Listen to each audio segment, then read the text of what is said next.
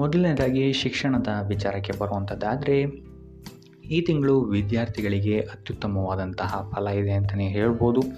ಓದುವ ಆಸಕ್ತಿ ನಿಮ್ಮಲ್ಲಿ ಈ ತಿಂಗಳು ಹೆಚ್ಚಾಗುತ್ತೆ. ಹೆಚ್ಚು ಆಸಕ್ತಿ ಇರುವಂತಹ ವಿಚಾರಗಳಲ್ಲಿ ನೀವು ನಿರೀಕ್ಷಿಸಿದಂತಹ ಫಲಿತಾಂಶಗಳು ಈ ತಿಂಗಳು ನಿಮಗೆ ಸಿಗುತ್ತೆ ಅಂತಲೇ ಹೇಳ್ಬೋದು. ಇನ್ನು ಉನ್ನತ ಶಿಕ್ಷಣದಲ್ಲಿರುವಂತಹ ವಿದ್ಯಾರ್ಥಿಗಳಿಗೆ ವಿಷಯದ ಬಗ್ಗೆ ಕೆಲವೊಮ್ಮೆ ಆತಂಕ ಉಂಟಾಗಬಹುದು. ಆದರೆ ಯಾವುದೇ ರೀತಿಯಾದಂತಹ ಹೆದರುವ ಪ್ರಮೇಯ ಇಲ್ಲ. ಇದಕ್ಕೆ ನಿಮ್ಮ ಹಿರಿಯರ ಸಹಾಯವನ್ನು ಪಡೆದುಕೊಳ್ಳುವಂಥದ್ದು ಉತ್ತಮವಾಗಿರುತ್ತೆ. ಇನ್ನು ವಿದ್ಯಾಭ್ಯಾಸದ ಸಲುವಾಗಿ ದೂರದೂರಿನಲ್ಲಿರುವವರಿಗೂ ಸಹಿತ ಇದು ಉತ್ತಮವಾದಂತಹ ಸಮಯ ಆಗಿರುತ್ತೆ ಅಂತಲೇ ಹೇಳ್ಬೋದು.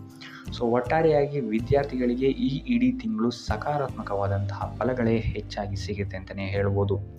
ಇನ್ನು ಕುಟುಂಬ ವಿಚಾರಕ್ಕೆ ಬರುವಂಥದ್ದಾದರೆ ಈ ತಿಂಗಳು ನೀವು ನಿಮ್ಮ ಪ್ರೀತಿ ಪಾತ್ರರೊಂದಿಗೆ ಅತ್ಯುತ್ತಮವಾದಂತಹ ಸಮಯವನ್ನು ಕಳಿತೀರ ಅಂತಲೇ ಹೇಳ್ಬೋದು. ಇದಲ್ಲದೆ ನಿಮ್ಮ ಸಂಗಾತಿಯೊಂದಿಗೆ ಯಾತ್ರೆಗಳಿಗೂ ಸಹಿತ ಹೋಗುವಂತಹ ಸಾಧ್ಯತೆಗಳು ತುಂಬ ಹೆಚ್ಚಾಗಿದೆ ಅಂತಲೇ ಹೇಳ್ಬೋದು. ನಿಮ್ಮಿಬ್ಬರ ನಡುವೆ ಉತ್ತಮ ಹೊಂದಾಣಿಕೆಯು ಸಹಿತ ಈ ತಿಂಗಳು ಹೆಚ್ಚಾಗುತ್ತೆ ಅಂತಲೇ ಹೇಳ್ಬೋದು. ಇದು ವೈವಾಹಿಕ ಜೀವನದಲ್ಲೂ ಆಗಿರ್ಬೋದು ಅಥವಾ ನಿಮ್ಮ ಪ್ರೇಮ ಜೀವನದಲ್ಲೂ ಆಗಿರ್ಬೋದು. ಅತ್ಯುತ್ತಮವಾದಂತಹ ಫಲ ನಿಮಗೆ ಈ ತಿಂಗಳು ನಿಮ್ಮ ಲವ್ ಲೈಫಲ್ಲಿದೆ ಅಂತಲೇ ಹೇಳ್ಬೋದು.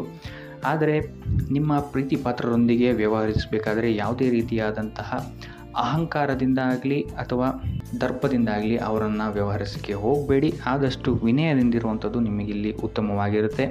ಇನ್ನು ವಧುವರರ ಅನ್ವೇಷಣೆಯಲ್ಲಿರುವವರಿಗೂ ಸಹಿತ ಈ ತಿಂಗಳು ಅತ್ಯುತ್ತಮವಾದಂತಹ ಅವಕಾಶಗಳು ಒದಗಿ ಬರಲಿದೆ ಅಂತಲೇ ಹೇಳ್ಬೋದು.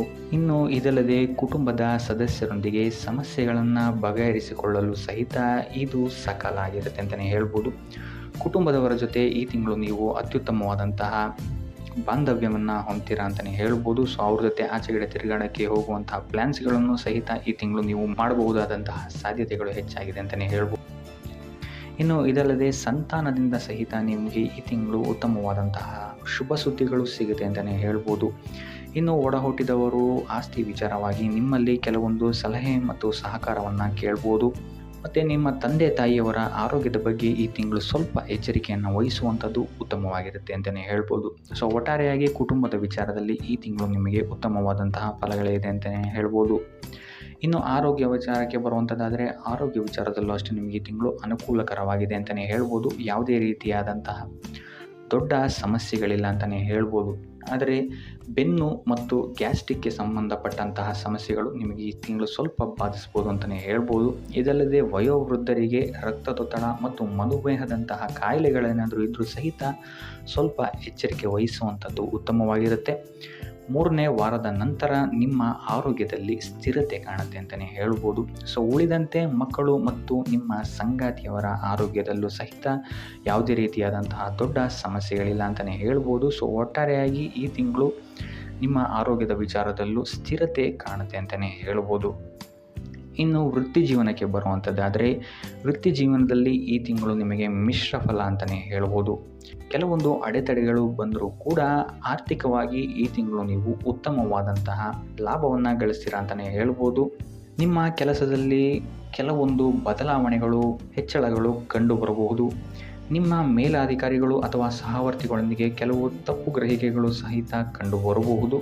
ಆದ್ದರಿಂದ ಪ್ರಾರಂಭದ ಮೊದಲೆರಡು ವಾರಗಳ ಕಾಲ ಯಾವುದೇ ರೀತಿಯಾದಂತಹ ಹೆಚ್ಚು ವಾದ ವಿವಾದಗಳನ್ನು ಮಾಡದೇ ಇರುವಂಥದ್ದು ಉತ್ತಮವಾಗಿರುತ್ತೆ. ಇದಲ್ಲದೆ ನಿಮಗೇನಾದರೂ ಹೆಚ್ಚುವರಿ ಜವಾಬ್ದಾರಿಗಳೇನಾದರೂ ಬಂದರೂ ಸಹಿತ ಸ್ವಲ್ಪ ಯೋಚಿಸಿ ಮುಂದುವರಿಯುವಂಥದ್ದು ಉತ್ತಮವಾಗಿರುತ್ತೆ ಅಂತಲೇ ಹೇಳ್ಬೋದು. ಆದರೆ 3ನೇ ವಾರದ ನಂತರ ನಿಮಗಿಲ್ಲಿ ಸ್ಥಿತಿಗತಿಗಳು ಬದಲಾಗುತ್ತೆ ಅಂತಲೇ ಹೇಳ್ಬೋದು. ಸ್ಥಿತಿಗತಿಗಳು ನಿಮಗಿಲ್ಲಿ ಉತ್ತಮವಾಗುತ್ತೆ ಅಂತಲೇ ಹೇಳ್ಬೋದು. ಇನ್ನು ಕೆಲಸದ ನಿರೀಕ್ಷೆಯಲ್ಲಿರುವವರಿಗೂ ಸಹಿತ ಈ ತಿಂಗಳು ಉತ್ತಮವಾದಂತಹ ಪಾಸಿಟಿವ್ ರಿಸಲ್ಟ್ಸ್ಗಳು ನಿಮಗಿಲ್ಲಿ ಸಿಗುತ್ತೆ ಅಂತಲೇ ಹೇಳ್ಬೋದು. ಒಟ್ಟಾರೆಯಾಗಿ ವೃತ್ತಿ ಜೀವನದಲ್ಲಿ ನಿಮಗೆ ಈ ತಿಂಗಳು ಮಿಶ್ರ ಫಲ ಅಂತಲೇ ಹೇಳ್ಬೋದು. ಇನ್ನು ಹಣಕಾಸಿನ ವಿಚಾರಕ್ಕೆ ಬರುವಂಥದ್ದಾದರೆ ಈ ತಿಂಗಳು ನಿಮಗೆ ಆರ್ಥಿಕವಾಗಿ ಅತ್ಯುತ್ತಮವಾದಂತಹ ತಿಂಗಳಾಗಿರುತ್ತೆ ಅಂತಲೇ ಹೇಳ್ಬೋದು. ಆದಾಯದಲ್ಲಿ ಒಳಹರಿವು ಅನಿರೀಕ್ಷಿತ ಲಾಭಗಳನ್ನು ನಿಮಗೆ ತಂದುಕೊಡುತ್ತೆ ಅಂತಲೇ ಹೇಳ್ಬೋದು. ಇದಲ್ಲದೆ ನಿಮ್ಮ ಹೂಡಿಕೆಗಳು ಸಹಿತ ನಿಮಗಿಲ್ಲಿ ಅತ್ಯುತ್ತಮವಾದಂತಹ ಲಾಭವನ್ನು ತಂದುಕೊಡುತ್ತೆ ಅಂತ ಹೇಳ್ಬೋದು. ಇನ್ನು ನೀವೇನಾದರೂ ಸಾಲಕ್ಕೆ ಅಥವಾ ಲೋನ್ಗೆ ಏನಾದರೂ ಅಪ್ಲೈ ಮಾಡ್ತೀರಾ ಅಂತ ಹೇಳಿದ್ರು ಸಹಿತ ನಿಮಗಿಲ್ಲಿ ಪಾಸಿಟಿವ್ ರಿಸಲ್ಟ್ಸ್ಗಳು ಸಿಗುವಂತಹ ಸಾಧ್ಯತೆ ಹೆಚ್ಚಾಗಿದೆ ಅಂತಲೇ ಹೇಳ್ಬೋದು. ಇನ್ನು ವ್ಯವಹಾರದಲ್ಲಿರುವ ಮಾಡುವವರು ನಿಯಮಿತವಾಗಿ ಹೂಡಿಕೆಗಳನ್ನು ಮಾಡುವುದರಿಂದ ಸಹಿತ ಇಲ್ಲಿ ಉತ್ತಮವಾದಂತಹ ಲಾಭವನ್ನು ಪಡೆಯಬಹುದು. ಇದಲ್ಲದೆ ಕೈಗೊಂಡ ಪ್ರತಿಯೊಂದು ಕೆಲಸ ಕಾರ್ಯಗಳಲ್ಲಿ ವಿಳಂಬವಾದರೂ ಸಹಿತ ತಕ್ಕ ಮಟ್ಟಿನ ಲಾಭವನ್ನು ನೀವಿಲ್ಲಿ ಗಳಿಸ್ತೀರಂತಲೇ ಹೇಳ್ಬೋದು. ಸೊ ಆರ್ಥಿಕವಾಗಿ ಈ ತಿಂಗಳು ಅತ್ಯುತ್ತಮವಾದಂತಹ ಸಮಯ ನಿಮಗಾಗಿರುತ್ತೆ ಅಂತಲೇ ಹೇಳ್ಬೋದು. ಇನ್ನು ನೀವೇನಾದರೂ ಹೊಸ ಪಾಲುದಾರಿಕೆ ಅಥವಾ ಹೊಸ ಉದ್ಯಮಗಳನ್ನೇನಾದರೂ ಶುರು ಮಾಡ್ತಾ ಇದ್ದೀರಾ ಅಂತ ಹೇಳಿದ್ರು ಸಹಿತ ಇಲ್ಲಿ ಉತ್ತಮವಾದಂತಹ ಸಮಯ ಆಗಿರುತ್ತೆ. ಕೊನೆಯ ವಾರದಲ್ಲಿ ಮನೆಗೆ ಸಂಬಂಧಿಸಿದಂತೆ ಅಥವಾ ಮಕ್ಕಳ ವಿದ್ಯಾಭ್ಯಾಸಕ್ಕೆ ಸಂಬಂಧಿಸಿದಂತೆ ಇಲ್ಲಿ ನಿಮಗೆ ಖರ್ಚಾಗುವಂತಹ ಸಾಧ್ಯತೆ ಹೆಚ್ಚಾಗಿದೆ ಅಂತ ಹೇಳ್ಬೋದು. ಸೊ ಆದ್ದರಿಂದ ಸ್ವಲ್ಪ ಎಚ್ಚರಿಕೆ ವಹಿಸುವಂಥದ್ದು ಉತ್ತಮವಾಗಿರುತ್ತೆ ನಿಮ್ಮ ಖರ್ಚಿನ ಬಗ್ಗೆ.